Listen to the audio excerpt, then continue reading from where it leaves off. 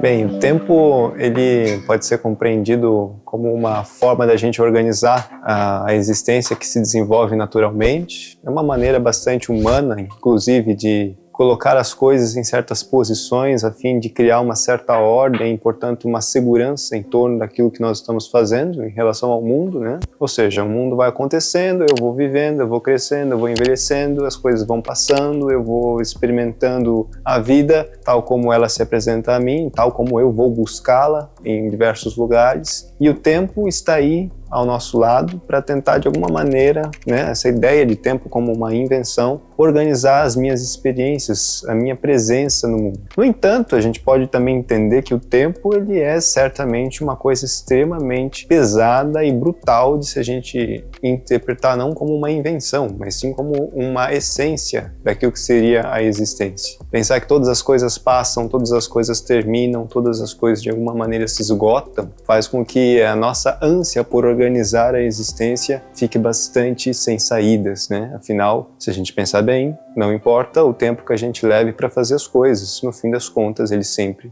vai se esgotar.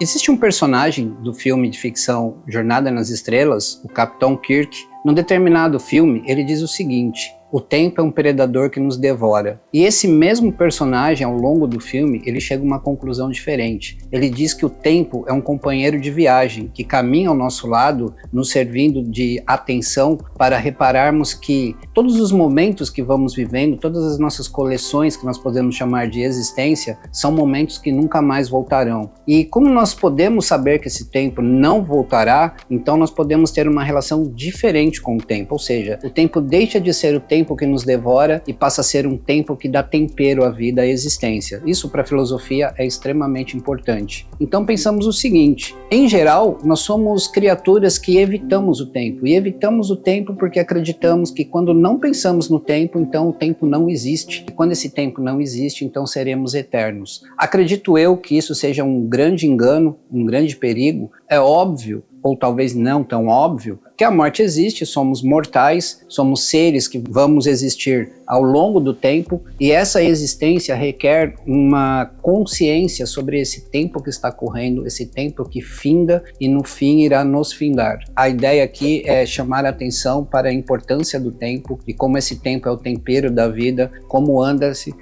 temperando a sua própria vida, como essa vida tem recebido ao longo do tempo a atenção, a coleção de momentos, a coleção de existência, a coleção de sentidos. Tudo isso é uma questão de tempo. Tempo é uma coisa que passa, que no caso da história, que é o meu caso, é o caso da minha área de estudo, é o que faz com que a gente calcule, que a gente meça, que a gente situe as pessoas. E é nesse sentido que a gente pensa como o tempo é visto de diferentes formas, dependendo da sociedade, dependendo do contexto, dependendo da cultura. O tempo ele é medido de formas diferentes e ele tem um significado diferente para a filosofia, para a psicologia, para qualquer outra área, que pode ser complementar em alguns pontos, mas também pode divergir. O certo é que o tempo passa, e é nesse sentido que a gente mede o tempo na história, em que as pessoas vão passando. Como é que elas vão passando é outra situação. E o que elas fazem com o tempo que elas têm também é uma outra situação. O certo é que o mundo é a formação de vários tempos que passam.